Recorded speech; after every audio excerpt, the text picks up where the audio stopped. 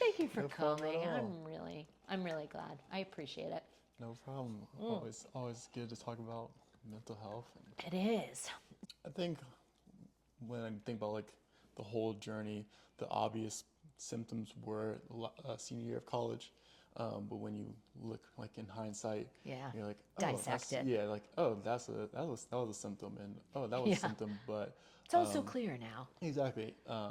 But because of stigmas of the past, family dynamics, and stuff like that, it kind of I think gets brushed off to the side or labeled as something else. So I would say like, and even having this discussion with my mom, like she was like, yeah, I would say like probably early symptoms were like elementary, middle school. Oh, that's so you got her take on it now, looking back. And Yeah. what were some of the things like she stated? Just like, well, this was like during our first couple of conversations when so I was diagnosed with major depression, anxiety in 2014, and then, but I'm gonna go back Yeah, to go back, go back. go back to the conversation with my mom, and then fast forward to what kind of escalated. So when we had that first conversation, looking back, she was like, because there's shy, there's introverted children, and personalities and whatnot, but that's only within a certain range, and then there's things past that. And And it's so, tough to know as a parent, exactly, like yeah. what's typical, what's considered normal. That's tough. And so, just you say just mannerisms that you had at a younger age would, to like the unknown eye, would just be, oh, he's just shy, oh, he's just quiet. But what when I look back at it, it was the difference between actively, I guess, separating or like being a recluse was like the first kind of That was your red flag. go-to. Yeah. And so for example, Yeah, that's like exactly what I was about to say. Give me an example. so I had like a good core group of friends, and every time I hang out with them, no like there's no drama, there's nothing like that, and so every a social occasion was fun and enjoyed it and enjoyed it, but there would be some times or some periods where I would like actively want to just keep to myself, but in the terms of and going tying it with like the negative self-talk or intrusive thoughts would stay either isolated at my house, and then the negative self-talk would be, let's see if one of my friends reach out to. Anybody reach out? Yeah, Do they really care about me? it wasn't just like my friend group, it would just be people on the football team or people that I may have run into, that I were friends with and occasionally would hang out with. But and so just seeing who would reach out, and then if no one would, then it would Then kind that of be would like be a spiral. reinforce Yeah, it. and so that's where Nobody what cares. escalated in college was. Repeated the same type of Yep, thoughts you and got it. actions. Yeah, and so it was reinforced, or it would be this was more frequent during like college age. Would make plans with someone to, even if it was just dinner or go to a party or go to a sporting event, and then last second cancellations were like a big thing. So if it was just like random last second, like within the hour or even a couple hours, like, hey, I have to. You would cancel, or the other person Other had person, to? yeah, other person would And cancel. then you would take that to heart. Yeah, so I'll take it That to is, heart and be like, oh, well, they just waited till like the last second to blow me off and yeah. make this excuse. And so it was just a lot of like negative self-talk of, you know, people are nice to my face, but They when really doors are don't. closed, yeah. Ah, So, and so you were never on medication at any point through any of this? not prior to my diagnosis. So And diagnosis was senior year yeah, senior year, like August, of college. yeah, August 2014. But in college, it escalated to like just being bedridden for a week, 2 weeks. The mood swings. So I remember going to dinner with a large group of my fraternity brothers, and again having a good time, laughing, chit chatting, whatnot.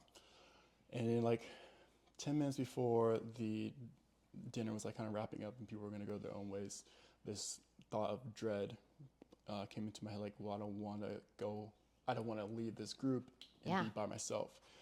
I think what I guess kind of almost spiked it was transitioning back home and being away from the college lifestyle of being on campus every day and having friends, going back to, like the Kellum area and like Pungo area where you're far away from ODU, but also like kind of Yeah. not remote, but Yeah. it takes a while to takes a while to get out there. So less engagement with friends, less social activity, um, very small household. Myself, my younger brother, and my mom. And you never told anybody ever, like no friend ever, even like your closest friend. You never, and at this point, you just kept it in. Yep. So That's the tough. first person that that knew was my college girlfriend. She went with me to the day I went to the psychologist and got diagnosed. Well, that was nice. So she was like the first one, and then my mom was the second person. So What did your mom say when you told her? Was she surprised or was she like, what'd she think? I'm so thinking of that everything I would have thought. That Yeah. was like again, looking back, it was funny how I did it. So, we have like a counter where all the mail goes, and Oh no. so I had the paper, a diagnosis on paper, and at the time wasn't very like confrontational or, in with mental health.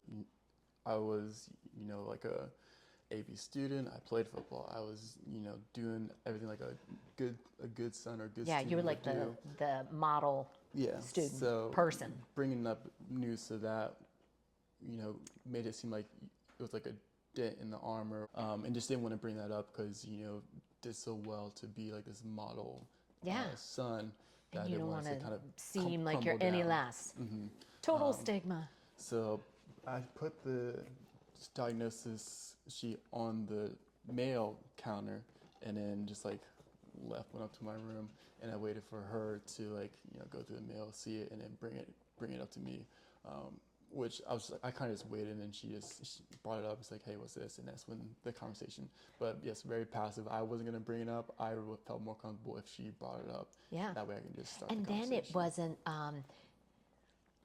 there's a lot to be said for that because then you don't have to see her initial reaction, even if it was, what?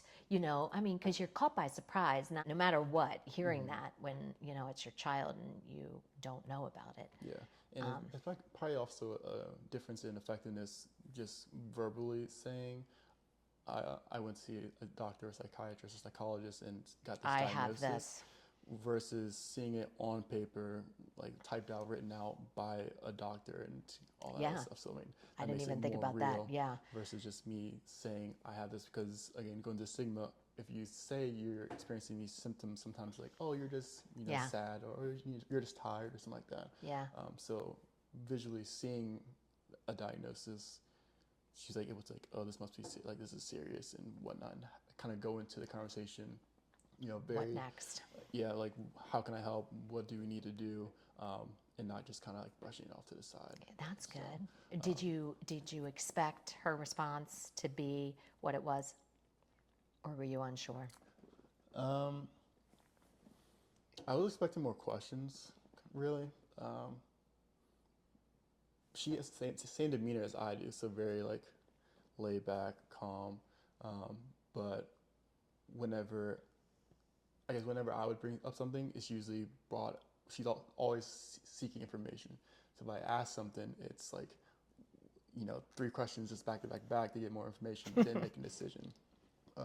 So I was expecting, more questions of how long you been feeling like this? What were some of the and she was just kind of like, what, Okay, let's take it in. like what can I do? Oh, she sounds awesome. Yeah. So what can I do to make the conversation easier or make it so more of an open door policy?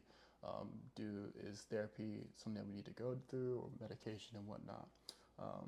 How did it feel for you to get the diagnosis? I mean, if you had made that appointment, you knew what pushed you to finally go. to to the the psychologist or whichever doctor? There's so so many different types.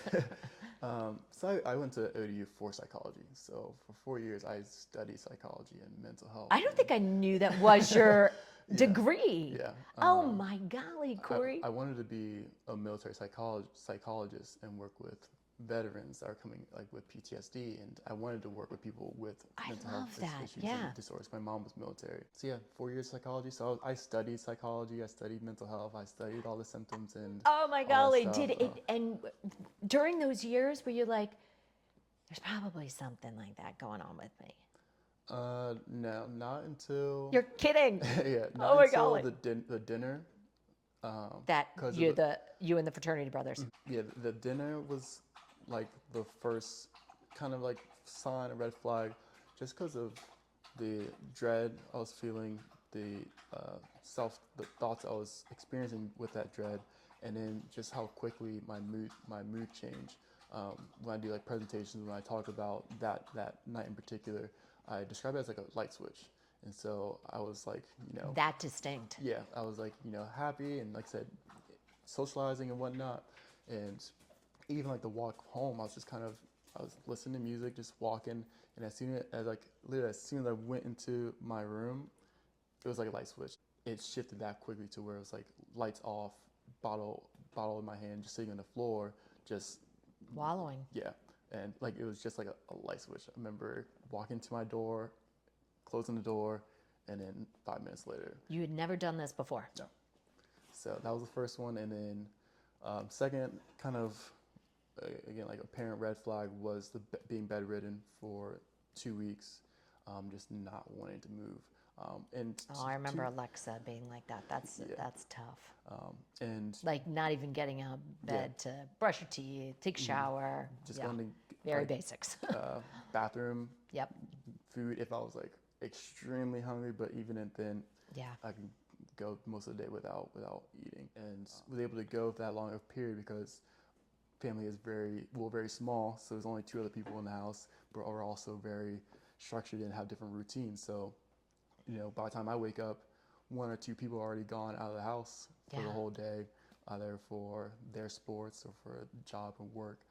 So most of the day I was home by myself, so I could just sit in my do bed. it and no questions because everybody's busy just trying to get on with life. What about, how old is your little brother? I just turned 32, so he just turned. When was your 30, birthday? May 9th. Okay. It always falls on Mother's Day weekend. So, Okay. You get to celebrate each other. Yeah. So. Okay, so studying college, studying psychology, never thought about it until that night, and then it happened again. Yeah. So then once that for the dinner, it kind of just escalated from there. So 2 weeks of bedridden. That's when suicidal ideation thoughts became so again intensifying and spiraling very much so to those kind of thoughts. And again, empty house for multiple hours. And you didn't even tell, but you had your girlfriend at this point. So what did she say about your 2 weeks bedridden? Not that I'm saying horrible on her if she didn't, but masked it pretty well. Yeah. And also you were worked, sick. jobs, sick, didn't feel like it, jobs, schedules, stuff like that. I'm just taking it easy after college. Yeah, so I was able to just mask it, and I think I wouldn't say it's like a trait or a skill, but people that are suffering internally can put on a happy face or mask it. It definitely is a common theme. Yeah. Until it's shared. So was able to mask it 2 weeks, and then as those thoughts as those thoughts become more frequent, after the 2 weeks, went downstairs, finally got out of bed, went downstairs to my kitchen, and just opened the utensil drawer and just sat with a knife in my hand and just kind of just sat there, kind of building up courage. But that's more than suicidal ideation. Yeah. That's more planning. So that's why definitely the next day, upper level. That's why the next day or two I went to see, because I. Thank goodness. Yeah. Wow. And that had to have been. It was better to me. It was better than, I guess, the alternative, and what it's with a thought that prevented me from going with the plan. It's like you were saying, everything had been internal up until that point. So to do if I were to go through that plan in the kitchen, you're talking about being caught off guard. My mom coming home or my brother coming home and just being kind of completely shocked. He's like, I couldn't Do that Yeah, there. yeah. And going back to the psychology classes and knowing about mental health and now physically experiencing it, the pain, and it's not even like so much like a pain. I remember in the early stages of my recovery journey, it's always referenced as a pain, but after experiencing it, it's just more like fatigue and just kind of because the internal thoughts and intrusive voices and thoughts are 24/7, so they're just over and over and over, and it's just more so like I'm exhausted from hearing this over and over and over, and no matter what I try to, And you want to stop it. yeah. So I wouldn't say it's like a pain per se. It was just, I just got to figure out a way to stop these thoughts. And so, but to prevent, thinking about them walking in, seeing that, and it kind of clicked to where it wouldn't end the quote unquote pain. It would just transfer over from. You really thought that? Yeah. Wow, that's some higher level thinking, especially when you're so low. So the following day or second day, I went with my college girlfriend I actually went to VP General and met with a doctor and got the diagnosis and even got the Were you admitted? prescription. No. So prescription medication, and then waiting. Wow, even with, I would have thought with the VP Psych right across the street. yeah, I would have thought that with the suicidal. I mean, you told them everything. I just would have thought they would have admitted you, just because that's super extreme, sitting with the knife. Wow. So then after that was therapy and medication. Did the first medicine that they prescribed do the job? Yes and no. So I could feel my mood lifting and elevating. I could feel it, start to. The effect. Yeah. What was it? It wasn't like the medication or the mood. Medication Lexapro. and then mood. Lexapro. Lexapro. And it was more of a gradual escalation of mood. So if I was kind of just like a calm demeanor, but I could feel kind of more lively or more mood. So must have been like, yay. Yeah, so I guess more like optimistic would be Yeah, like a perfect, able to look forward to something maybe. but it was like gradual. Like it wasn't like I'm calm and collected, and like 5 minutes later I'm like, woohoo! yeah. So it was like gradual, and just practice. Yeah, it, before. Yeah. How about were there side effects? Do you remember? I know it was 10 years ago. That's why I was like yes and no. So the side effects were not nausea, but every time I yawned, I felt like gagging and wanted to throw up. I'm always a pros and cons person. Like the cons are like I don't want to feel like this every time, and so. And then it's like, then it almost makes you yawn more as you're trying not to yawn. That's tough. I was like, so then tried therapy, and did 2 therapy sessions, but felt like it not closed off, but felt like there was like a disconnect or wasn't getting like the full. Like it just wasn't a good connection with the therapist? Yeah. Like I would share everything and we get good feedback and good notes. Oh. It is, I don't know, maybe I had higher expectations of what therapy was supposed to feel like. I guess maybe more like a relief every time you had a session, but I would, talk and share and still felt the same. Like crap. Yeah. And then having the anxiety of, because my mom would take me, I remember the doctor asked me, like, do you want her in the session, like, with us? I'm like, no, because there was still that anxiety of that image I was still trying to kind of keep together from the news. So I think having that, and also it was just the beginning of your journey where you thought you're like, okay, now we're set. Now it's like, go. And still having that privacy to where it might have been me and the doctor, but I always thought of the ride home. It's a safe space when it's you and the therapist, but because I didn't drive there myself, there's the ride home where my mom might ask me questions about which I'll talk about, and now I have to The dread. open up. Yeah. So it was just those two. Yeah, Just didn't, bundled up yeah. together, and they were impossible to like tease apart. Yeah. Yeah. So then, There's so many like different aspects. You just never think, you know, it's not just finding a good therapist. There might be other factors. yeah, I think if I would have maybe drove by myself, then kind of have that, it would have been my thing, and Yeah. could have kind of And you solely get to confided in that. So, decompress after the session. Yeah. yeah. So then May, like the following May comes around, and May's mental health awareness. 2015. Yeah. And I'm not sure if I saw like a post or maybe just because it was Mental Health Awareness Month, just wanted to give like a little blurb about, not going into detail, but like, Yeah. you know, just a little. mental health affects anyone and everyone, including myself. I think I just like left it at like that, or I've That's been going so through, bold if you've yeah, never done anything.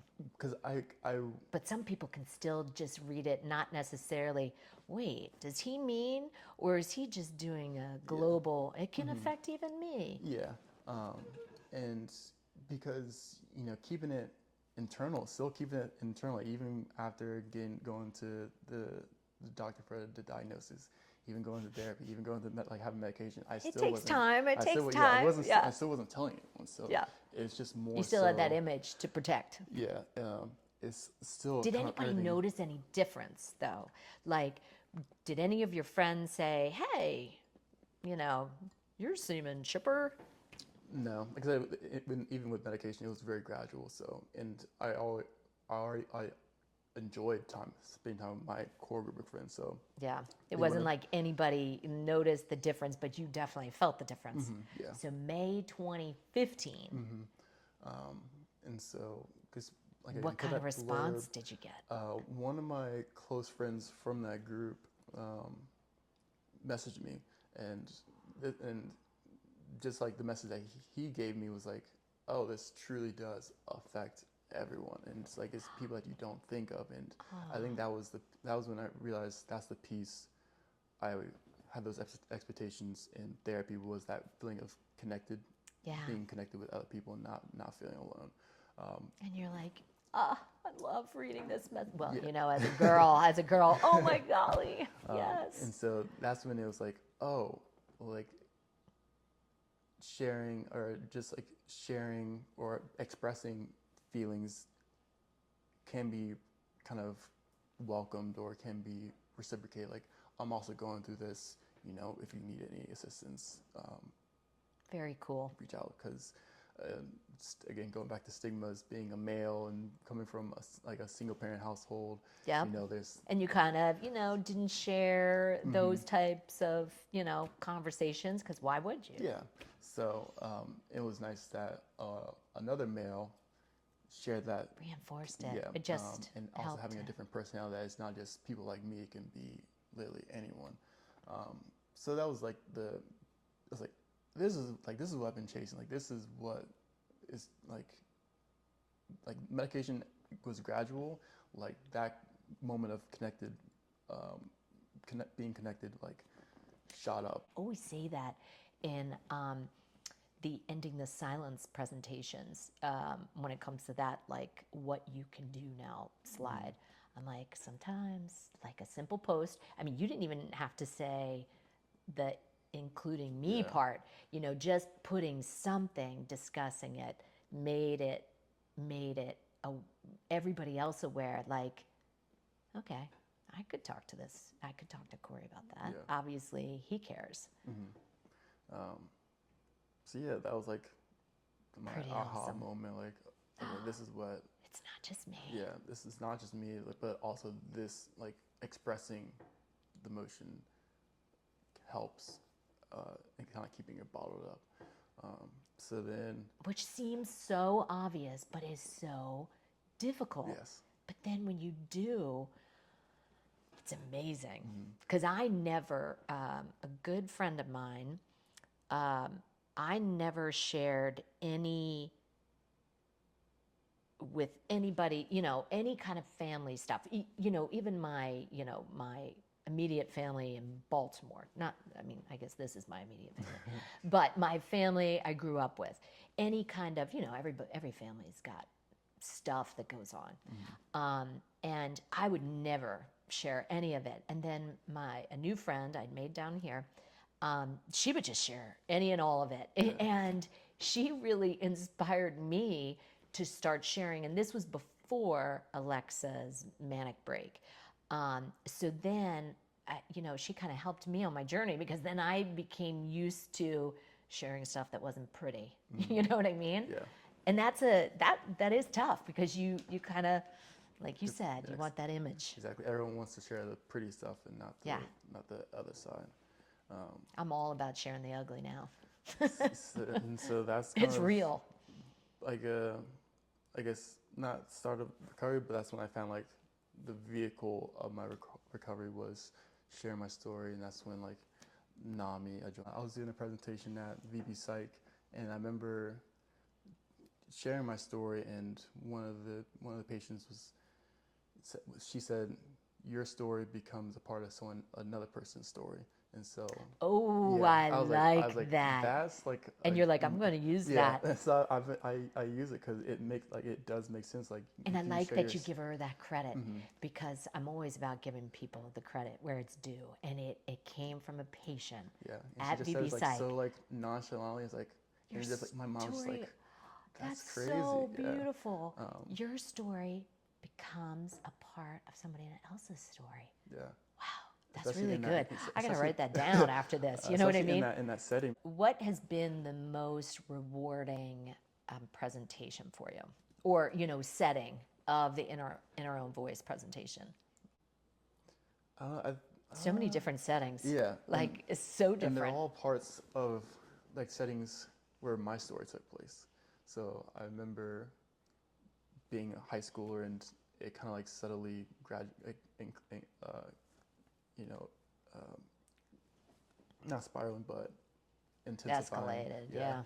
I remember like hospitals where I got the diagnosis, and the church is where I kind of found like a really big tool to help with my anxiety and depression. So like all the settings that you see me pop up at is because they are part of my story, and it makes it more relatable when I'm standing in a church and can talk about how my faith kind of helped me be more calm and more at ease. Or I can talk about if I'm staying in high school, I can talk about the social pressure of wanting everyone to.